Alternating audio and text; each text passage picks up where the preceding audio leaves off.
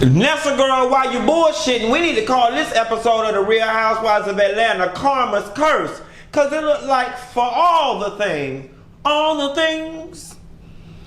that we've been through, for all the things that Kenya did to Phaedra, and all the jokes she cracked in relation to Phaedra and Apollo's failing marriage, she going through herself with Marc. Want to talk about it? Here you go.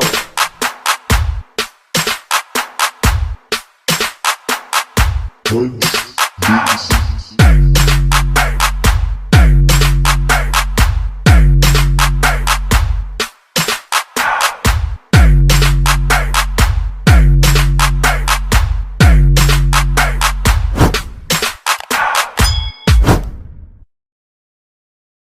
girl, did you get into last night's episode of the Real Housewives of Atlanta? Lord have mercy, Jesus knows that this online Zoom meeting reunion need to hurry up and come, because it done felt like this season done dragged out forever and a day. And quite frankly, I really am getting bored talking about the same old, same old. Let me tell y'all something. Eva said, come hell or high water, she gonna let y'all know she got a stable place to stay. Even it took her to the end of this season to finally close on it. If she had to borrow $20,000 from over here and sell $20,000 worth of ass over there, Eva said, we gonna close on the house in Fulton County, and y'all hoes ain't gonna no longer call me unstable and say I ain't got no place to stay. Y'all say mama got real proud and said, I'm 35 years old and I'm homeowner. I got a place in my name. Yes, God, Miss Eva, you better raise your family and you better decorate the shit out that bitch, honey, because you did that.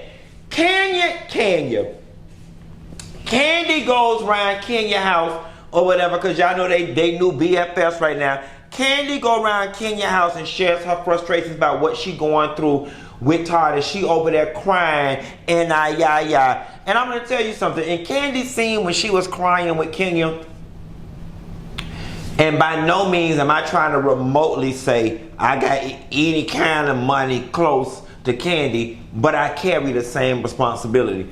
There are a lot of people in my family that I carry, and there are a lot of people in my social sphere that I carry.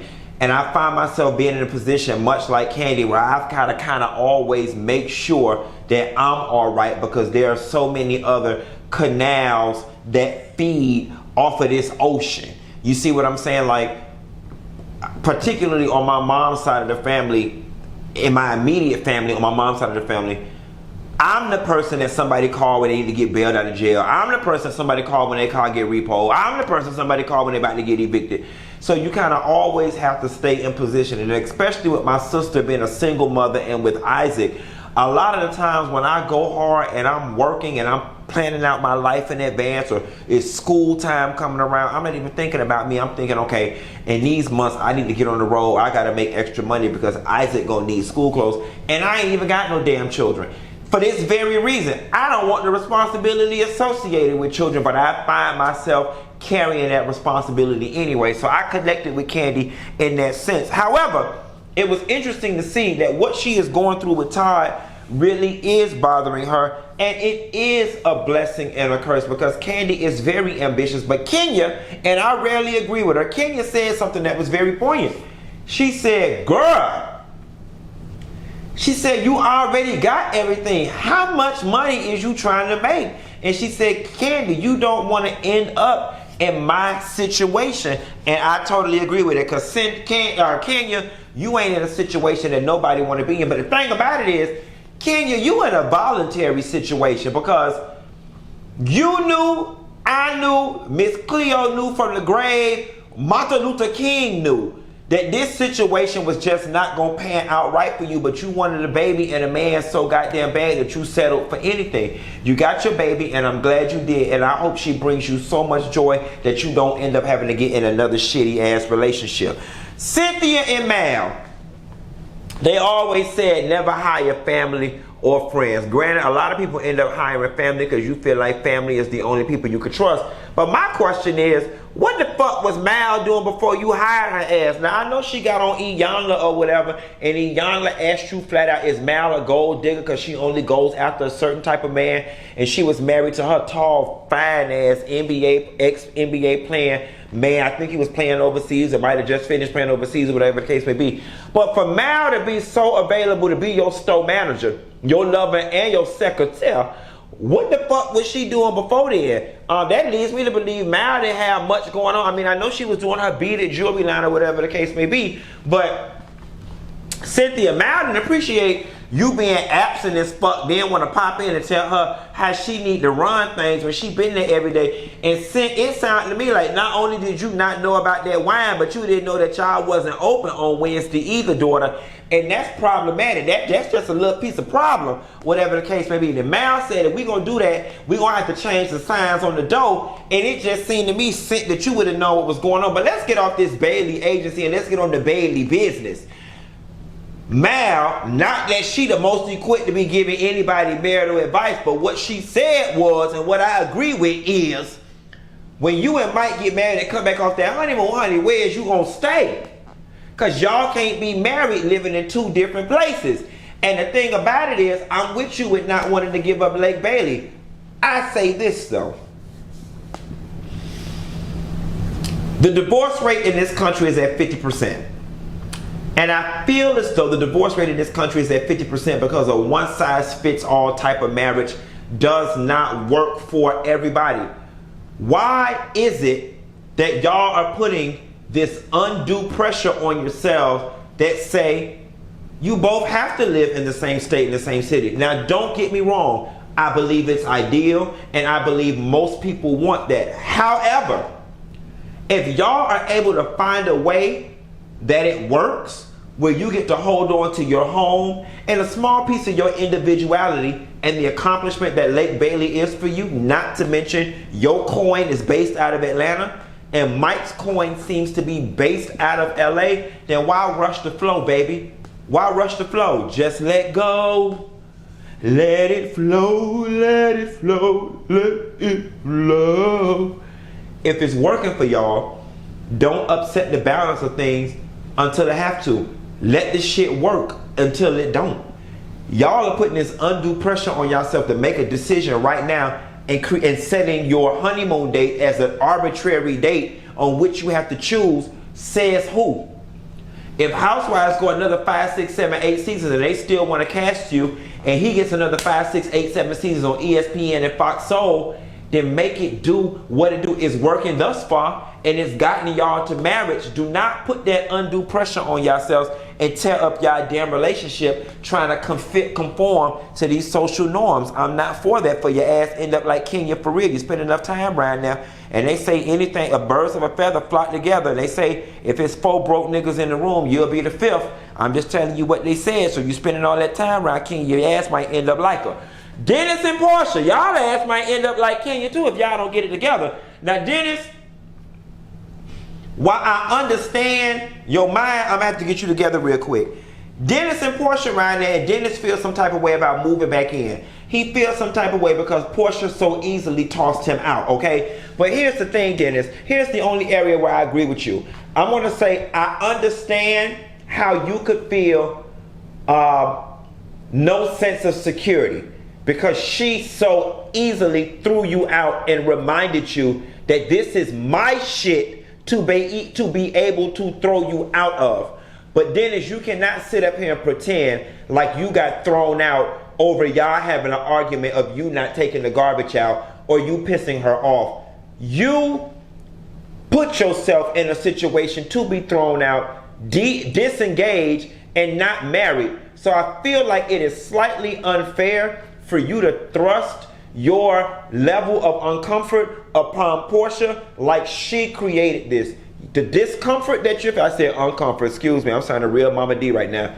The discomfort that you are feeling, Dennis, you created. So you gotta eat it and you gotta deal with all of that in the background. The simple answer for you to give Porsha right now is, I'm not ready. But for you to provide all this pomp, circumstance, and fluff about you threw me out and that's why we need a prenup because you reminded me that this was your shit. Well, it would have been our shit until you gave my shit to that bitch.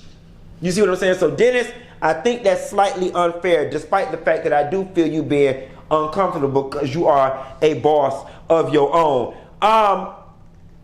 Then we move on to NeNe and Gregg. NeNe talking about an open marriage. Going back to what I said about Cynthia and Mike being, in an unconventional arrangement. Her and Gregg were going through a lot of things. Gregg is significantly older. Gregg had his cancer. He wasn't holding her, wasn't kissing her. They were unable to have sex because of his sickness. And she asked him about an open marriage. Me and my cousin had a conversation about this the other day. And a lot of people don't like to have this level of conversation. I understand that the wedding vows say for better or for worse. They also say till death do us part. And the divorce rate in this country is 50%. So that goes to show more than half of the people are not taking those vows to heart. Let's be seriously here. If you get into a relationship with somebody, right, a marriage, and this person gets into a car accident that renders them paralyzed or paraplegic or quadriplegic, and you're unable to have sex anymore, is it honestly realistic for the healthy mate to not step out of the marriage for a level of intimacy and sexual gratification? And I'm going to go ahead and answer my question. I'm going to say it's completely unrealistic, and you a goddamn lie if you tell me early on in your marriage, the first 5-6 years, that you're going to get married to somebody, they become paralyzed or sick or are unable to perform, and you're going to spend the next 30, 40, 50 years of your life not having sex because you honoring some vows. You a fucking lie, and God ain't in you no goddamn where. And on the flip side of things, you could be nasty like some of these people did. I forgot what that politician was. His wife got sick with cancer and he divorced her ass. You could, for better or for worse, means I'm going to stick by you and stick through this. But as a human being, you still have emotional, physical, sexual needs that need to be fulfilled. And if anybody on here say that they could do it, you telling a lie. You can't tell me that your mate gets sick and for the next 20, 30 years you can go without having sex or being held or having some level of intimacy. So with that being said, then we have to begin to entertain the idea of a non-traditional marriage, an open marriage, open relationship. And here's my take on open relationships.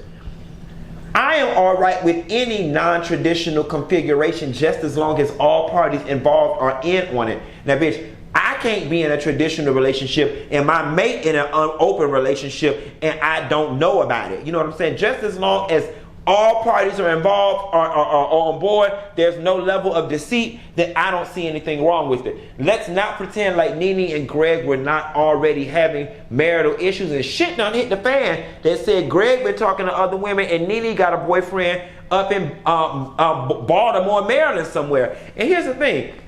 It could be a scandal, it could not be. Just as long as them two know what the fuck they got going on and they shit fortified and they know they ain't going nowhere, I'm all on board. I don't met people who got a husband and a man, okay? I know several women, older women, white women, got a husband and a man. And the husband nobody. And they all right with it.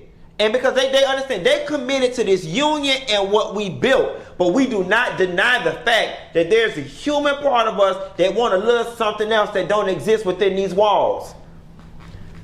And again, I'm all right with it if he all right with it. So, let's talk about that real quick. And I know a lot of y'all finna get all in y'all Bible and in y'all church and whatever, child. Go watch the Clark sisters. Todd planning the baby shower. That was cute or whatever. Todd has always been take charge and he's the background and Candy's foreground or whatever the case may be, and that's great. That is the true definition of a partnership, and it's rare that we see men planning baby showers, but it was cute. He had Karma and Don Juan and Toby and all the rest of them. Shouts out to the crew. Cynthia helping Kenya with that closet. Let me tell y'all something. Is it me? Or did them clothes look unworn down to the tags?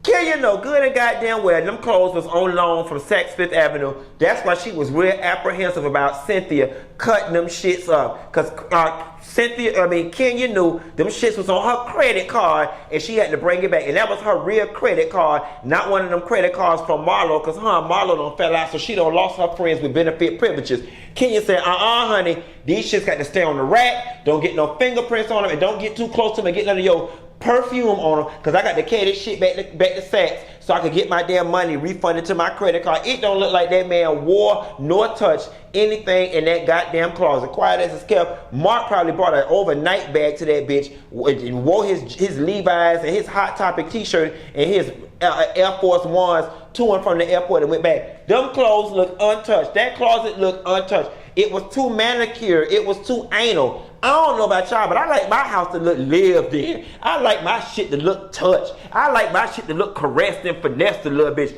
Touch on me, move it around, shake it up, move some shit around. Let me know somebody live here. If love don't live here, let somebody live here, okay? If love don't live here, let somebody live here. Let that sink in for you. Let that sink in.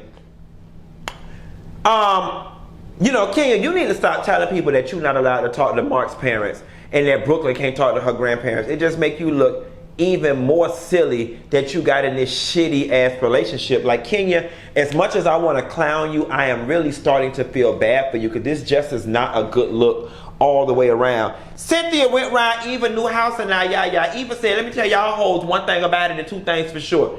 Y'all got me together about my credit, my finances, my dwelling, and the validity of my place to stay on my multiple moves last season. You won't do it this season. Within 2 weeks, Eva turned her house into a home. She hired movers, developers, architects, personal designers. She had really got her some Mexican people from Home Depot to hang up shit. Eva said her house gonna be ready by the time y'all bring them cameras in there, and by the close of the season, y'all ain't gonna have nothing to say. Eva, you have a very nice house, and I commend any woman who can make a house a home while having multiple children and working. So shouts out to you for turning your house into a home and inviting Cynthia around there. But Eva said the rest of y'all hoes can come around there, especially y'all hoes that had them picked on her. Last but not least, Kandi and Todd.